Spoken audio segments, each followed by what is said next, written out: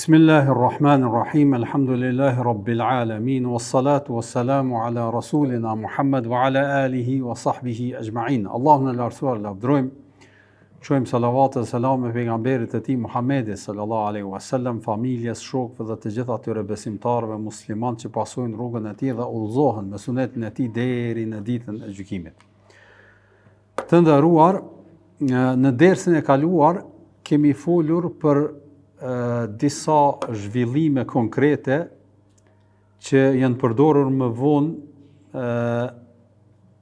tek disa sekte apo grupacione sikurse shijat për të krijuar një imazh deformum rreth marrëdhënieve ndërmjet sahabeve, veçanërisht ndërmjet Omerit radhiyallahu ta'ala anhu dhe Aliut. Gjithashtu pam se burimet historike tregojnë për një marrëdhënie të shumë të thellë edhe të mirë, një raport shumë të mirëfillt vllazëror mes Omerit radhiyallahu ta'ala anhu dhe Aliut, dhe kemi shpjeguar se sa ka qenë afërsia e tyre, në fakt edhe kemi përmend që ka pas edhe miqësi, si themi ne në gjuhën e popullit, për arsye se në fakt Omeri kishte martu vajzën e Aliut radhiyallahu ta'ala anhu. E sot nuk do të vazhdojmë me i trajtu polemika kësaj natyre, pra do të kthehemi tek rrjedha e historisë dhe do të fillojmë të shpjegojmë rreth ngjarjeve të cilat kanë ndodhur prej momentit që e ka pranu apo është bë halife Omeri radhiyallahu ta'ala anhu, cilat janë ato ngjarjet e para të cilat kanë ndodhur në këtë menjëherë mas këtij rasti. E këtu vërtet do të më pas parasysh që po fillojmë një epokë shumë të re, një epokë që është shumë e lavdishme në historinë islame, për arsye se do të flasim parafërsisht rreth një periudhe prej pak më shumë se 10 viteve të xhilafetit të Omerit radhiyallahu ta'ala anhu, dhe e shohim që janë ngjarje shumë të rëndësishme në historinë islame dhe në fakt janë edhe ngjarje që kanë ndryshuar edhe hartën e botës.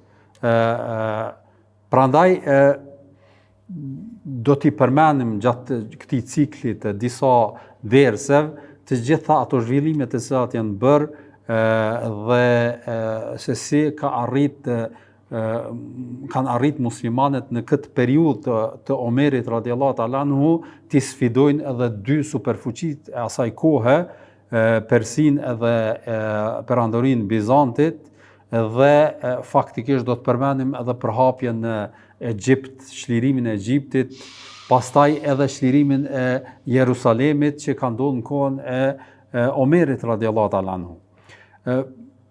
Pra do të marrim hap pas hapi domthonë të gjitha ngjarjet në fund kronologjike, dhe sot ajo që kemi zgjedhur me fol është që cilat kanë qenë ato zhvillime të menjëhershme mbasi që Omeri radhiyallahu ta'ala anhu e mori xhilafetin. E kemi përmend, ndoshta ju kujtohet tash po kthehemi te ngjarja kur Ebu Bekri radhiyallahu ta'ala ka qenë i smur prej Muthanna ibn al-Haritha, ka ardhur prej Irakut.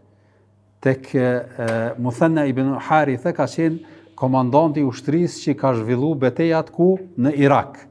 Dhe e kemi përmend se si në Irak, pra fillimin e betejave dhe çlirimit të Irakut e kishte filluar ky Muthanna ibn Haritha, për arsye se edhe prejardha e tij ishte prej këtyre vendeve, afër Irakut ishte, prandaj edhe kishte filluar mirë, po për shkak të tensionimit, pastaj Ebu Bekri e kishte ndihmuar me dërgimin e Khalid ibn Walidit atje për me i ndihmu, edhe ata kanë arrit suksese të jashtëzakonshme, të cilat i kemi përmend kur kemi fol për Ebu Bekrin radhiyallahu ta'ala anhu. Dhe tash pastaj gjithashtu kemi përmend se si ushtria ka pas 18.000 ushtar kanë qenë në këtë vend, edhe për shkak të nevojës për me u ballavaçu me perandorinë e Bizantit në Sham, kërkon Ebu Bekri që të ndahet ushtria në dy pjesë, gjysma 9.000 veta me shku së bashku me Khalid ibn Walidit për në Sham, dhe 9.000 me mbet në Irak në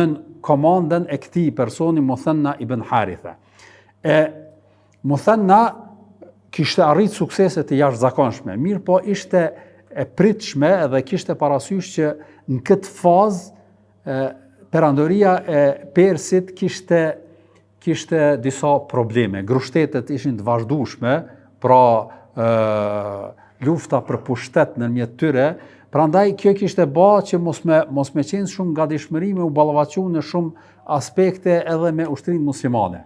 Prandaj edhe pse kishte arrit suksese të jashtëzakonshme, Muthanna e priste rrezikun që ka mundësi me u bë një organizim i madh i ushtarëve dhe 9.000 ushtar me qëndru në këtë front ishte pak. Prandaj edhe kishte ardhur Ebu Bekri, tham duke qenë Ebu Bekri në shtratin e smundjes. Kur ka ardhur Muthanna te Ebu Bekri dhe ja ka shpjegu situatën edhe rrethanën,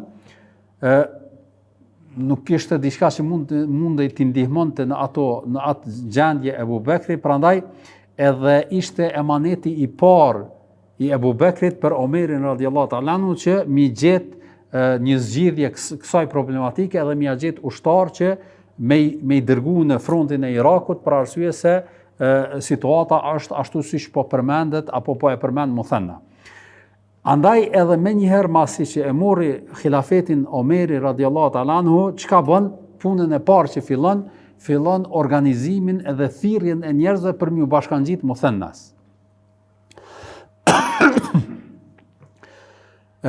Mirë po, është interesant në këtë situatë, vëllezër të nderuar, kur pra varroset Ebu Bekri, vdes varroset e merr përsipër khilafetin Omeri, pra ja dhajnë besatimin, edhe gjeja e parë që ka bën Omeri ishte kjo. Del në xhami, edhe thret njerëzit, i këshillon, i nxit që duhet ndihmohet ky front në Irak për vazhdimin e çlirimit të Irakut, prandaj kërkon vullnetar për njerëzve që të lajmërohen. Mirë, po çka ishte sfiduese për Omerin, në ditën e parë nuk lajmërohet askush. Askush nuk lajmërohet. Zakonisht në kohët e namazeve, edhe në drekë, edhe në ikindi, në akşam, domosdoshmë vazhdimisht ka qenë kjo thirrje, mirë po nuk lajmërohet kur askush. Edhe në ditën e dytë, 3 ditë rand nuk lajmërohet askush. Dhe kjo ishte pak e rënë edhe për Omerin, për arsye se ishte një iniciativë e parë si halife, prandaj ishte pak e vështirë. Mirë po du me përmend se janë kanë disa rrethana që kanë ndikuar që mos me pas një gatishmëri të njëhershme për m'u bashkangjit. Pse? E para ishte se vdekja e Abu Bekrit ishte një tronditje për muslimanët, se çfarë do të ndodhë, për arsye se e keni parasysh vërtet Abu Bekri ka luajtur një rol shumë unifikues në gjitha aspektet mas vdekjes së Muhamedit sallallahu alaihi wasallam. Prandaj edhe ishte një lloj situate që ende nuk po dihet çka po bëhet, edhe si është gjendja, si është situata, prandaj edhe nuk ishte një gatishmëri kësaj natyre. Prandaj, pastaj çështja tjetër ishte se vëllezër të nderuar, kemi përmend 18.000 ushtar që ishin në frontin që u nda, pra 9.000 kanë bet në Irak dhe 9.000 kanë shkuar në Sham. Në anën tjetër në Sham ishte një ushtri prafërsisht thuhet që kanë qenë 25-6.000, ato 5 komanda që ishin shkuar më herët, kështu që numri i ushtarëve që ishin të angazhuar në Irak edhe në Sham ishin prafërsisht gati 50.000. Mrinte do thonë numri, ose 45.000 që ato prafërsisht. Pastaj duke ja përfshi këtu edhe në ushtar që kishte në Yemen, Bahrein, në vende tjera, prandaj vërtet Medina ishte pothuajse, domthonë nuk ishte numër të madh të njerëzve, prandaj edhe ishte normale. Edhe ju e keni parasysh që kemi përmend, ndoshta e keni harru, kishte një politikë të veçantë Ebu Bekri, ajo ishte që mos mi angazhu ata njerëz të cilët ishin rebelu fillimisht mas vdekjes së Muhamedit sallallahu alaihi wasallam, fise të ndryshme të shumta që ishin rebelu, mos mi angazhu ata në betejë, në lufta asesi. Në fillimin e Ebu Bekrit. Prandaj angazhimi i këtyre njerëzve që po i përmendëm kanë qenë prej muslimanëve të hershëm të parë, pra jo njerëz që kanë pranuar Islamin rishtazi e kështu me radhë. Prandaj numri ishte i pakt. Pastaj gjithashtu e kemi përmend që politika edhe Ebu Bekrit, gjithashtu edhe Omeri insistante në këtë që sahabët e mëdhenj mos me dalë prej Medinës. Prandaj ishin të përjashtuar nga kjo thirrje. Sahabët e njohur, domthonë ata të Bedrit kryesisht njerëzit domthonjë që ishin personalitetet mos dalin për shkak të nevojës edhe rregullës që kishte insistu Omeri radiallahu ta'ala anhu me bë. Po sidoqoftë, kjo ishte domthonjë situata derisa në një nga fjalimet e Omerit flet edhe Muthanna ibn Haritha. Pra ky komandanti që ka ardhur me marr ushtar edhe e bën një fjalim që dallon prej fjalimit të Omerit radiallahu ta'ala anhu. Cili ishte fjalimi? Ai fol pak nga përvoja konkrete e tij, personale. Edhe thot, mos u frikësoni prej persianëve, për arsye se sa herë jemi ballavaçuar me ta, kemi fituar, domethënë asnjëherë nuk ka ndodhur me na mujt. Për arsye se ka qenë ndoshta edhe rrethon që persian në atë kohë ka qenë superfuqi e madhe, ndoshta ka pas një lloj hezitimi se a mujt mi dal apo jo. Prandaj edhe ky fjalim ishte nga ky aspekt i Muthannës që Omeri e përmendte më shumë nga aspekti i nxitjes për fitimin e shpërblimit, me ra shahed në mbrojtjen e vendit e kështu me radhë. Pra tash kaloi Muthanna në aspektin e nxitjes se nuk ka nevojë me u friksu e kështu me radhë. Gjatë trajtimit ndodh një situatë, lajmërohet një person. Që ashtu përmenin domthonë njerëzit e sirës, dhe ky ka qenë Ebu Ubejde ibn Mes'ud al-Thaqafi. Ky ka qenë një njeri që nuk ka pas ndonjë domthonë background, si thonë domthonë që paraprakisht me qenë i njohur apo prej domthonë luftëtarëve që kanë marrë pjesë në Bedr. Ky ka qenë i Taifit, edhe ishte një prej muslimanëve të rinj që kishte pranuar Islamin jo shumë herët së bashku me muslimanët e mëhershëm, po të rinj që kishin pranuar Islamin jo rishtazi, po në fillim domthonë ka fundi jetës së Muhamedit sallallahu alaihi wasallam. Ne e dim domthonë Taifi kur e kishte pranuar apo banorët e Taifit kur e kishin pranuar Islamin, edhe ky u lajmëru. Kur u lajmëru ky e hapi derën. Edhe pastaj u lajmëron, siç tregojnë do thotë përcjellësit e sirës, Sa'd ibn Ubejdi, Sulejt ibn Qais, këta kanë qenë prej pjesëmarrësve të Bedrit, pra të njohur, pra me një përvojë të madhe ushtarake, edhe si rezultat i kësaj lajmërohen 1000 veta. Domthonë masi që o hap, do thotë iniciativë, lajmërohen 1000 veta. Edhe përmendin përcjellësit e sirës, shumica e tyre ishin nga fisi i Ebu Ubejde ibn Mes'ud al-Thaqafi, domthonë ishin prej fisit Thaqif, domthonë të Taifit. Domthonë ata ishin shumica që u lajmëruan. Ndoshta ka qenë edhe shkaku që pasi që është lajmëruar një personalitet i fisit tyre, edhe ata janë nxit edhe shumica e tyre ishin prej fisit Thaqif. Edhe Omeri gëzohet për këtë iniciativë, edhe fillojnë përgatitjet, edhe e cakton këtë Ebu Ubejden që të jetë komandanti i këtyre njerëzve, domthonë këtij garnizoni apo grupi, brigade që do të niset për me ndihmu Muthannën. Edhe në këtë kontekst, Muthanna niset më herët. Domthonë tash me arrit ushtrin ku e kishte atje në qendrim, edhe fillon përgatitja ashtu siç dihet, edhe e cakton këtë komandant. Mirë po ndërkohë, çka është interesante, Omeri gjatë përgatitjes e cakton këtë Ebu Ubejde Thaqafi që të jetë komandant i përgjithshëm i krejt ushtrisë në Irak. Madje edhe, pra, është e njohur ajo që do të flasim inshallah kur e shkarkon Khalid ibn Walidit, po de facto në këtë situatë e shkarkon edhe Muthannën.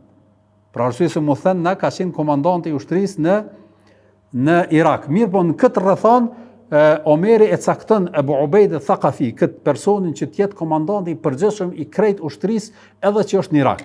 Edhe në fakt, pra Muthanna bjen tash ma poshtë në pozit, pra nuk është komandanti i përgjithshëm, po bjen me poshtë në pozit, edhe çka është interesante që përmenden në këtë situatë, nuk vrehet as një ankesë e këtij personi. Muthanna vërtet ka qenë një shembull shumë i jashtëzakonshëm i një personaliteti që vërtet edhe po të ishte anku, ka pas arsye. Për arsye se kjo nuk ishte hera e parë, hera e dytë ishte që shkarkohej de facto.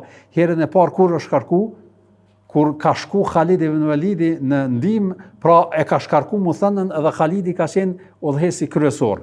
Dhe kur Khalidi ka shku në Irak, Muthanna ka mbet komandanti kryesor, edhe tash kur po vjen Ebu Ubejde, prap po shkarkohet. Edhe për të nuk ka qenë ndonjë gjë e madhe, pra është shkarku dhe kjo e qet në pah personalitetin këtij njeriu, vërtet ka qenë shumë i jashtëzakonshëm, ashtu që do ta shpjegojmë edhe gjatë udhëheqjes apo gjatë ngjarjeve që do dalin tutje, po e shohim do thotë vërtet ka qenë një shembull që pra një personalitet që nuk udhëhiqej vetëm nga fama, po domethënë edhe kur ishte komandant e kishte vendin, po dinte mu sjell edhe si ushtar i thjesht, pra pa ndonjë qëllim apo synim apo ndonjë tendencë për mu ngrit më lart, pra aty ku është caktu e ka respektu edhe ashtu ka vazhdu.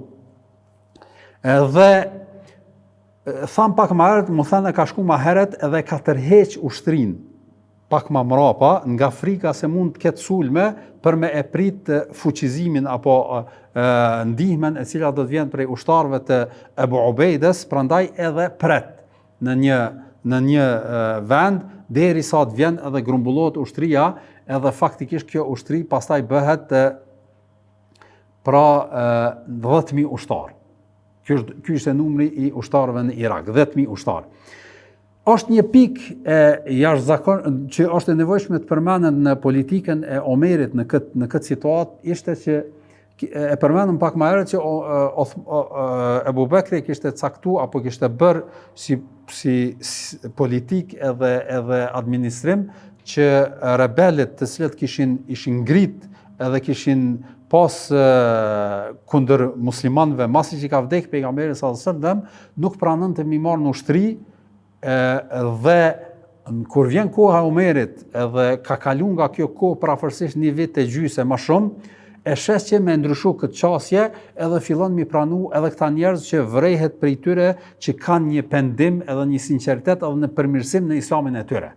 Prandaj edhe fillon me i pranu edhe këta në radhët e ushtrisë, për shkak se nuk e sheh më rrezikun që e shihte Ebu Bekri që nëse i fuste në ushtri ka mundësi që do të bënin ndonjë rebelim apo ndonjë situatë, edhe për shkak të kësaj sigurie nuk i pranonte.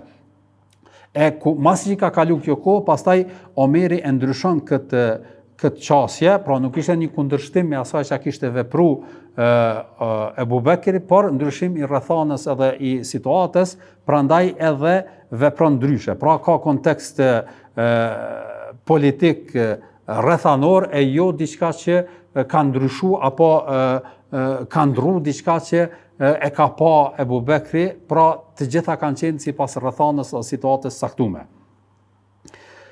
Po kthehemi tash tek ngjarja kur është bashkangjit Ebu Ubejde e Thaqafi me ushtrin e Muthannas edhe është ba 10.000 ushtar, në anën tjetër edhe të persian fillon një qetësi e këtyre grushteteve që kanë ndodhur, edhe pushtetin apo udhëhesjen e persianëve e merr një grua që ka qenë vajza e Kisras, e ka pas emrin Boran.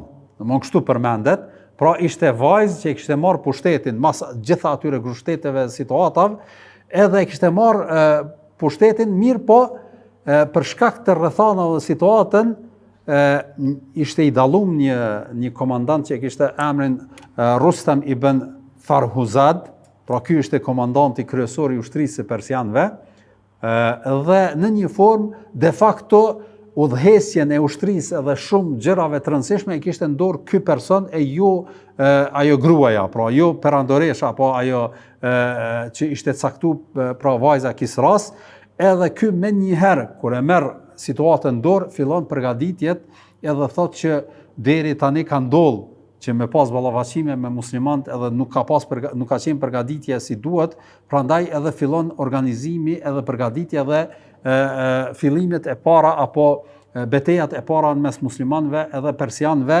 në kohën e Omerit radhiyallahu ta'ala anhu. Prandaj pastaj beteja e parë që njihet në këtë kohë është beteja Waqatun Namariq, i thuhet beteja e Namarikut, që ka ndodhur në vitin e 13 Hijri, që Namariq është do thot një qytet në atë kohë që është afër Kufës tash. Do thotë atëherë nuk ka ekzistuar si qytet Kufeja, Kufeja e kanë bërë muslimanët masi që është liru, pra ka qenë një vend afër, edhe aty bëhet domthonë takimi i parë i muslimanëve, 10.000 ushtar musliman, edhe nuk dihet qartë sa ka qenë numri i ushtarëve të persianëve, por ajo çka dihet është që ky Rustemi kishte ndarë ushtrinë në dy grupe. Pra dy komanda edhe të dytë i kishte nis për me u ballavacion musliman, njëra ushtri kishte arrit në një anë edhe tjetra synonte me ardhë në anën tjetër, mirë po ballavacimi i parë ka qenë me ushtrinë e parë, që komandanti i asaj ushtrie ka qenë një person që ka pas emrin Gjeban. Pra kështu njihet prej ushtrisë persiane, komandanti kryesor edhe shumë i jashtëzakonshëm ka qenë. Sidoqoftë, në këtë ballavacim nuk dihet qartë sa ka qenë numri i persianëve, por dihet që ka qenë më i madh se sa i muslimanëve, edhe në këtë ballavacim ka treguar një guxim të jashtëzakonshëm ky Abu Ubaida Thaqafi, pra komandanti i ri i ushtarëve të muslimanëve, edhe kanë arrit me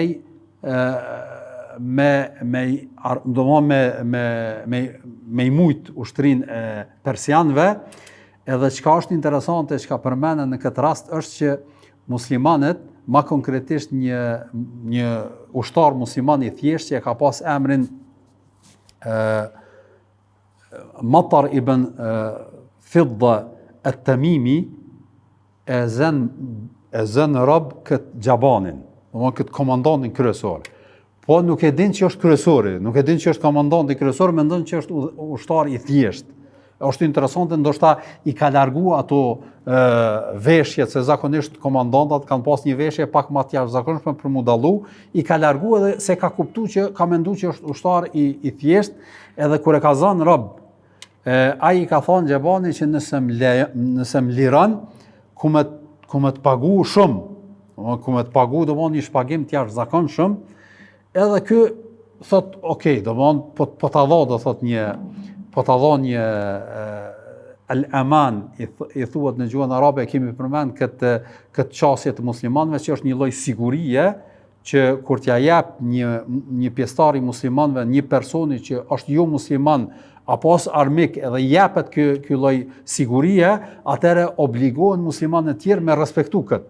E keni parasysh në kohën e pejgamberit sallallahu alajhi wasallam, kemi përmend disa raste, rasti më i njohur është kur në Taif ka dalë pejgamberi sallallahu alaihi wasallam, se kanë lënë me hy derisa ka dalë edhe ja ka dhënë sigurinë një mushrik i Mekasve, edhe ka fut pejgamberin sallallahu alaihi wasallam Mekë, edhe me këtë ka fituar imunitetin, edhe pastaj mushrikët nuk kanë arrit apo nuk e kanë sulmuar më. E kjo ka ndodhur edhe me këtë njeri, pra ja ka dhënë këtë imunitetin, me thonë këtë siguri, edhe kur ka ardhur tek mesin e ushtarëve, ka thonë se këti ja këmë dhënë sigurin, imunitetin, Abu Ubaida ka pranu. Mirë po, ndërkohë njani prej ushtarëve të musliman e ka njohur që ky është Gjebani, domthonë është komandanti kryesor.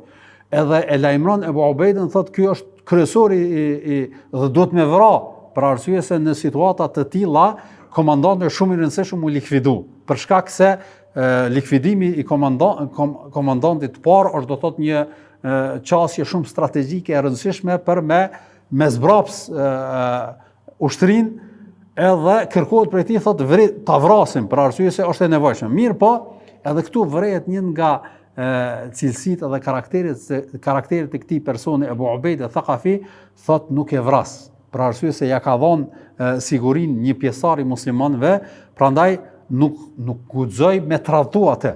Nuk guxoj me tratu atë. Edhe pse ndoshta në një aspekt apo tjetër mund të jetë arsyetimi që nuk është ditë për kë bëhet fjalë e kështu me radhë, mirë po ka qenë korrekt kjo dhe s'ka pranu me thy atë besnikri apo atë siguri që ja ka dhënë një ushtar i zakonshëm këtij komandante, edhe e liron me atë shpagimin që ja kishte premtuar. Për shkak të mëon që me qu në vend këtë marrëveshje që ka bën një musliman i thjesht me këtë komandant, pra e ka përfill edhe vetë komandanti i muslimanëve Abu Ubaida. Edhe kjo është do të thotë diçka e jashtëzakonshme që përmendet në historinë islame, edhe del në pah ajo vërtet besnikëria edhe korrektësia e muslimanëve në çdo situatë, në çdo rrethon, edhe se sa kanë qenë do thotë i kanë dhënë rëndësi që mos me qenë tradhtar, mos me qenë do thotë me i mashtru të tjerët apo me i tratu të tjerët në marrëveshje edhe në situata kur bin dakord për një gjë, edhe kështu e ka përfill ky Abu Ubaida, edhe kjo ka qenë ballafaqimi i parë i muslimanëve, i ushtrisë muslimanëve në kohën e Omerit radhiyallahu ta'ala anhu, edhe kanë fituar muslimanët në këtë betejë, pra betejë e Namariq. Pas betejës së Namarikut ka ndodhur edhe një betejë tjetër, e cila është quajtur betejë as-Saqatiyya, edhe kjo ka qenë do thot një qytet në këtë vend, pra betejat zakonisht janë zhvilluar afër lumit Eufrat. Ju e keni parasysh në Irak janë dy lumen të njohur, Tigri edhe Eufrati, Dijle edhe Eufrati thonë, dhe ndërmjet këtyre dy lumenve ekziston edhe një tokë që faktikisht quhet edhe në terminologjinë e tyre është një lloj e quajnë si lloj syuidhese, për shkak të mund që është i rrethuar me ujë në dy anët. Edhe këtu janë zhvilluar kryesisht betejat, do thotë në mes të këtyre dy lumenve, edhe afër lumit Forat apo Eufrat, si i them në gjuhën tonë. Edhe kjo betejë kanë fituar muslimanët, edhe udhëheci i komandanti i ushtrisë persiane ka qenë një person që është quajtur Narsi, edhe ky ka ikë, pra nuk ka qëndruar në betejë, ka ikë për shkak të betejës edhe arritjes së muslimanëve. Pastaj ka ndodhur një betejë e tretë, ka qenë betejë e Barsuma, kështu e ka quajtur, edhe kjo lidhet pra me një vendbanim aty, edhe këtu kanë fituar muslimanë. Pra 3 beteja rand kanë qenë të jashtëzakonshme për muslimanët që e kanë fituar derisa Rustemi e sheh që kjo është diçka që patjetër duhet të ndalen muslimanët edhe të ndërmirat një hap, edhe çka ka ndodhur ka organizuar një ushtri të jashtëzakonshme që tregohet që ka qenë numri i tyre 70.000. E sa tham ka qenë numri i muslimanëve 10.000. Edhe në komandën e kësaj ushtrie e ka dërguar një person që ka pas emrin Behman, pra kështu quhet emër persian, edhe 2 gjëra të jashtëzakonshme apo 2 gjëra të veçanta i ka bërë me këtë ushtri. E para, ja ka dorëzuar një flamur që ka qenë një flamur apo një shenjë e veçantë e Kisras. Domthon çaj flamur nuk ka dalë prej kryeqytetit të Persisë vetëm kur ka dalë Kisraja në betejë. Atëherë ka dalë ai flamur. Përndryshe s'ka dalë kurrë, domthon nuk ka pas drejt me marr asnjë komandant atë flamur. E në këtë rast është bërë një përjashtim, i është dorëzuar ky flamur këtij njeriu, pra këtij komandanti që më dalë me këtë flamur. Pra ishte në aspektin e moralit të persianëve, domthon një qasje ma e jashtëzakonshme. Edhe çështja tjetër e dytë është që në këtë ushtri ka pas shumë elefant. Edhe elefantët e kemi përmendur edhe më herët, muslimanët kanë pas një lloj ballafaqimi, po jo përvoja të shumta me numër të madh të elefantëve. Pra ka pas numër të madh të elefantëve, edhe elefantët kanë pas si me thonë zinxhir apo do lloje domthon të zhurmav, e të cilat zhurma kanë qenë të frikshme për kuajt e muslimanëve. Ju keni parasysh kalorësia ka qenë diçka e jashtëzakonshme për atë kohë, mirë po në ballafaqim me elefantët, pra kuajt kanë ndi frikë, domthon mu afru edhe me u ballafaqu me elefantët, për shkak të se ishin shumë të mëdhej karshime në krahasim me kuajt, gjithashtu edhe zhurma që kishin me ato zinxhire dhe me ato këmbana edhe gjëra që i kishin me veti ata, prandaj kjo ishte do thot një qasje e re që e kishin bë persianët në këtë betejë. Edhe kjo betejë e katërt, pra 3 beteja me fitore, beteja e katërt njihet beteja e Urës, Ma'rakatul Jisr, pra kështu njihet në historinë islame, për arsye se ka ndodhur afër lumit Forat. Edhe ushtria perse kur ka ardhur te lumi Forat, në njërin anë kanë qenë persianë, në anën tjetër kanë qenë muslimanë. Muslimanë kanë qenë 10.000, persianë kanë qenë përafërsisht 70.000 ushtarë. Edhe tash për mu ballafaqu ishte ose duhej muslimanë me ka përcy lumin, ose pra persianët me kalu lumin edhe me u zhvillu beteja. Domthon kjo ishte mënyra se si do zhvillohet beteja. Prandaj kur janë afru persianët, janë afru lumit, kanë dërguar një delegacion dhe kanë kërkuar prej tyre, kanë thonë ose ju lejonani ta kalojmë ne lumin edhe dalim në anën e juj, ose po presim na derisa ju ta kaloni lumin edhe pra mos me pas zhvillim të betejës në këtë kohë, pastaj e zhvillojmë betejën. Prandaj pastaj në këtë situatë muslimanët kanë qenë në një dilemë. A t'i lejojnë persianët me kalu lumin apo këta të kalojnë lumin. E këtu përmendin historianët edhe përcjellësit e sirës, vrehet apo del një pah ajo, me thonë kushtimisht, mos përvoja e këtij Ebu Ubejde Thaqafi në menaxhimin edhe në zhvillimin e betejave të kësaj natyre. E keni parasysh kur kemi përmend Khalid ibn Walidi, për të shumë strategjike ka qenë vendi ku zhvillohet beteja. Edhe zakonisht e ka pa apo e ka shikuar që gjithmonë muslimanët me pas në një situatë që me pas mundësi tërheqje. Posaçërisht kur ushtria është shumë e madhe. Apo kupton? Që me pas një mundësi që ata me marr frymë, me u tërheq, me u zbraps, kur është do thotë tensioni edhe beteja shumë e madhe. Në këtë situatë një prej gjërave që harrum me përmend ishte që Omeri radiallahu ta'ala kur e ka nis Ebu Ubejde Thaqafi i kërkon në formë të prerë që të konsultohet me njerëzit e luftës, posaçërisht me Muthannan edhe me ata sahabe që kanë marrë pjesë në Bedër, që të konsultohet për arsye se ata kanë përvojë më shumë për luftë. Edhe Sulejti edhe ata që i përmendëm pak më herët, edhe Abu Ubejde ndalet edhe konsultohet me ta, thotë çfarë të veprojmë, a të dalim ne apo t'i lejojmë të vinë ata. Këshillimet e këtyre ushtarëve të vjetër dhe komandantëve më të njohës ishte që me leju ushtrinë persiane me dalë në anën tjetër, në anën e muslimanëve. Edhe këta me prit, edhe me zhvillu betejën në këtë anë.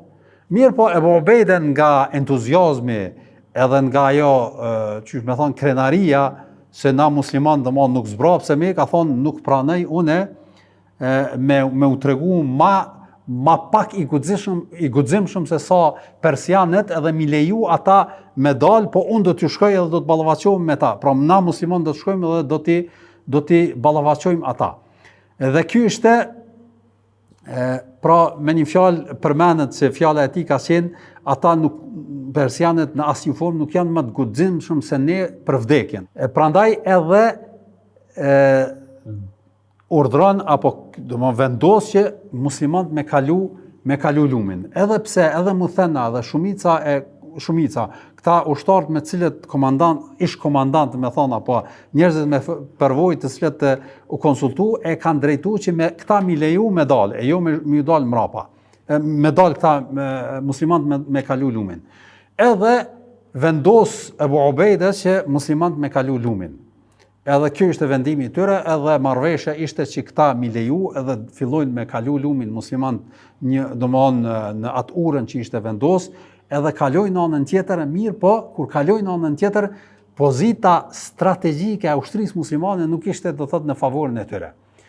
Hapësira ishte shumë e vogël, ushtria ishte shumë fish më e madhe e persianëve, pra tërheqja ishte, nëse vjen deri te një situatë domthonë që duhet me pas një lloj tërheqje, ishte shumë e vështirë për shkak se duhej të kalohej lumi e kështu me radhë. Megjithatë, kjo ishte situata, e dim që në një situatë të tillë ka pas edhe Khalid ibn Walidi që e ka caktuar ushtrinë e persianëve që me pas mrapa lumin e jo muslimanët me pas mrapa lumin. Sidoqoftë, që ajo guximi edhe krenaria që i ka parapri Ebu Ubejdes i ka bërë që muslimanët me dal andej lumit, edhe këtu është zhvillu beteja. Po beteja ka qenë shumë e vështirë. Pse ka qenë e vështirë? Për shkak se kalorësit musliman nuk ju afroheshin elefantave. E keni parasysh, nuk kishin mundësi ti më ju afru ushtrisë. Edhe ushtarët persian gjunin me shigjeta. Pra, beteja zhvillohej nga largësia dhe ata ishin shumë ma shumë numër, kështu që nëse nuk ndodh ballafaqimi direkt vetëm në largësi, atëre kjo është do thotë në disfavor të muslimanëve. Prandaj, Këtu vret edhe guximi i Ebu Ubejdes, guximi i tij edhe çka bën zbret prej kalit, edhe zbresin edhe njerëzit që ishin të afër, domthonë një garnizion që ishin me të për afër, që mu ballavaçu me ushtrinë kam për shkak se kuajt nuk po afrohen.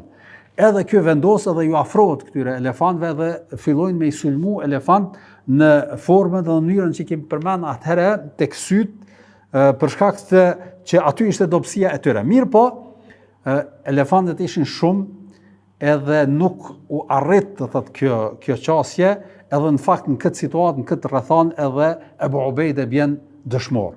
Pra vdes, madje përmendet që vdes duke i sulmu pra elefantët, edhe vdes duke e shkel elefanti. Pra në këtë situatë edhe bjen dëshmor. Në këtë situatë ishte e jashtëzakonshme, e vështirë për musliman, me njëherë komandën e merr kush?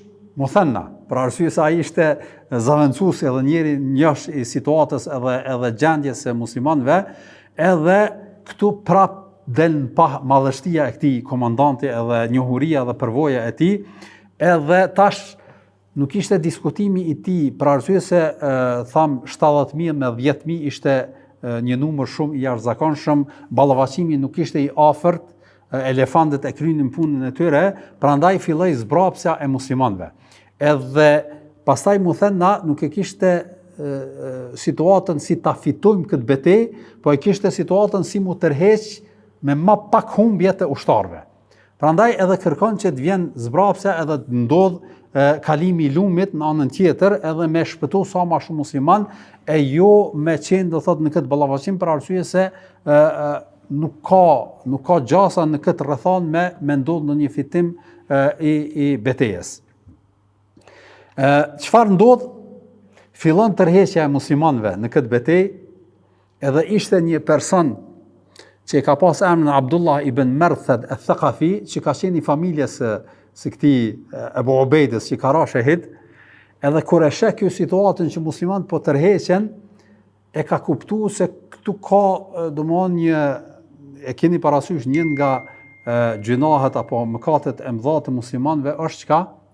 Tërheqja në betejë, domthonë që njëri me kthy shpinën edhe me ik prej betejës. Edhe kjo e kupton që muslimanët po ikun prej betejës, edhe çka bën? E prish urën, që mos milan muslimanët me dal, me u ballavaçu me armikun, edhe e pren urën edhe shkëputet ura. Edhe muslimanët jesin, një numër i madh i muslimanëve jesin në anën e armikut edhe me zhvillu betejën. E Muthanna prap ishte në anën e armikut, ishte pra në ballavaçim, edhe kur e sheh këtë situatë, çfarë me ba, thot le të punon dikush në rregullimin e murit, në rregullimin e urës, edhe një grup i tjetër i ushtarëve ballavaçohen me persianët derisa të realizohet tërheqja. Edhe kjo ishte do thot një situatë që vërtet e ka menaxhu, thonë do thot përshkruesi i sirës në formë të jashtëzakonshme Muthanna, dhe e shohim do thot edhe guximin e tij që gjithmonë ka qenë në ballë të ushtrisë, edhe gjithmonë e ka udhëhequr që sa ma pak pra me psu musliman, po sidoqoftë në këtë luftë thuhet që mijëra musliman kanë ra shahid. Si rezultat i situatës edhe rrethanës edhe gjendjes, edhe pak, domthonë janë tërheq, mirë po një numër i madh, nuk përmendet konkret sa ka qenë numri i atyre ushtarëve të cilët kanë vdekur, por ka ndodhur do thot edhe kjo ka qenë një nga betejat të cilat e kanë humbur muslimanët në ballavaçimin me persianët. Dhe pra kjo ishte beteja e El-Gjisr, pra e urës, dhe kemi përmend ndoshta më herët kemi thënë që dallimin mes sirës së pejgamberit sallallahu alaihi wasallam dhe sirës së sahabëve qëndron në një pikë, për arsye se sira e pejgamberit sallallahu alaihi wasallam ka qenë në hijen e shpalljes, apo edhe nëse ka pas ndonjë situatë, ndonjë rrethon, ka zbrit shpallja dhe ka sqaruar atë situatë. Prandaj nuk shpjegohet ajo në kontekstin e qartësimit situatave apo gabimeve e kështu me radhë, për arsye se ato janë përmirësuar me shpallje, sikurse që ka ndodhur beteja e Uhudit, kanë zbrit më shumë se 60 ajete për atë betejë, apo e kështu me radhë. E këtu në sirën e sahabeve shohim do thot nga njëherë edhe disa vendime, disa propozime, disa situata mund të jenë edhe jo të qëllume, për arsye se edhe këta kanë qenë njerëz, sikurse njerëzit tjerë dhe vendimet e tyre, hapat e tyre kanë qenë do thot janë nështru edhe gabimit edhe mos mjaftë. Prandaj edhe këtu e përmendin ulemat apo përcjellësit e sirës këtë rrethanën e Ubejdes, që vërtet ka qenë një trim, guxim shumë, mirë po nganjëherë nuk është i mjaftueshëm guximi dhe trimëria, po duhet me pas edhe një lloj përvoje, edhe me ditë situatën edhe rrethanën ashtu siç ka vepruar, siç kemi përmend edhe Khalid ibn Walidi në shumë situata ka bërë tërheqje, po tërheqja ka qenë taktike e nuk nënkupton pastaj edhe çysh do ta flasim pak më herët, çdo tërheqje që me kthy shpinën edhe që është prej gjunaheve të mëdha. Kjo ishte e para, pra nuk është mjaftueshëm vetëm trimëria e guximi, po është do thotë e rëndësishëm edhe me e kuptu situatën edhe rrethanën, përvojën edhe avantazhin që e ka armiku ndaj teje, edhe në bazë asaj edhe me reagu edhe me zhvillu betejën. E dyta, kjo shura që është do thotë konsultimi mes muslimanëve nuk është formalitet. Edhe këtë duhet me pas parasysh secili prej neve, se shpesh herë shpesh konsultohemi me dikun për ndonjë situatë, po apet i grohim që shkem qef na. Apo ndodh kjo shpesh, valla e kum vet ato, çysh kanë thonë, më kanë thonë çështu. E ti, valla unë çështu po bëj. Domthonë synimi i shurës, i konsultës është që ti me marr edhe mendimin e tyre, jo vetëm me kry si formalitet, mi konsultu e pastaj mi gra sipas asaj që ti ta merr mendja apo mendon, po me marr këshillën e tyre. Ebu Ubejde pra është konsultu, mirë po prap ka vendosi pas mendimit vet, nuk e ka marr mendimin e atyre njerëzve që kanë pas përvojë, ashtu siç e përmendëm pak më herë. Edhe e treta që gjithashtu është me rëndësi që udhëhesi në situata në rrethana komandanti nuk duhet me mendu vetëm, duhet me ditë rrethana dhe situatë, me ditë kur me vazhdu edhe kur me bë tërheqjen, për arsye se nganjëherë pjesë e zhvillimit të betejës është edhe tërheqjes. Sa i përket fjalës së Allahut Madhreshëm në surën At-Tauba, ku thot Zoti Madhreshëm në Kur'an famlar, wa man yuwallihim yawma idhin duburahu illa mutaharrifan liqitalin aw mutahayyizan ila fi'atin faqad ba'a bighadabin min Allah. Pra që kjo është ajeti që qorton tërheq vërejtjen atyre njerëzve që në betejë e kthejnë shpinën edhe ikun. Domthonë një prej gjunaheve më të mëdha që mundet me bë muslimani është kjo, që milion muslimanët edhe ti me ik. Allah i Madhreshëm në këtë ajet po thot në surën At-Tauba, kush u kthen shpinën atë ditë, pra e kthen shpinën edhe ik në betejë, në fushë betejë, përveç i ka përjashtu dy rrethana ose dy situata. Cilat janë ati që tërhiqet për manovër. Domthonë është taktik, që ti tërhiqes, pastaj kthehesh ose tërhiqesh për me shku në një vend tjetër.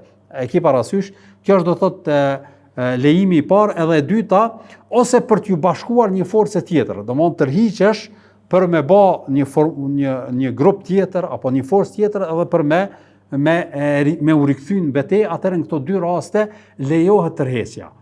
Pra, jo në çdo situatë është e ndalume, ashtu që ndoshta është kuptuar edhe prej atij që e ka pre urën, edhe e ka bërë do thotë këtë veprim jo të matshëm, pra edhe tregohet që edhe Omeri radiallahu ta'ala anhu kur e ka kuptuar këtë situatë dhe këtë rrethan të humbjes edhe vdekjes që ka ra shahid Ebu Ubejde, thuhet që është mërzit, ka qajt, edhe ka thonë që o Zot, pra kjo që kanë bë muslimanët, apo domthonë veprimi që kanë bë muslimanët, është domthonë që ajo që janë tërheq për me i bashku forcat edhe për mu rikthy prap, edhe këtë është dashur me bë edhe Ebu Ubejde. Pra nuk është duhet më u fu deri në momentin e fundit, po u duhet më tërheq edhe me grumbullu forcën, pastaj edhe mu rikthy. Prandaj edhe pra tregon një lloj rahmeti ndaj këtij personi Ebu Ubejdes që ka treguar të guxim, mirë po nuk ka pas një mendjepredsi që me reagu ashtu qysh e kanë drejtu edhe e kanë udhëzu komandantët tjerë të ushtrisë.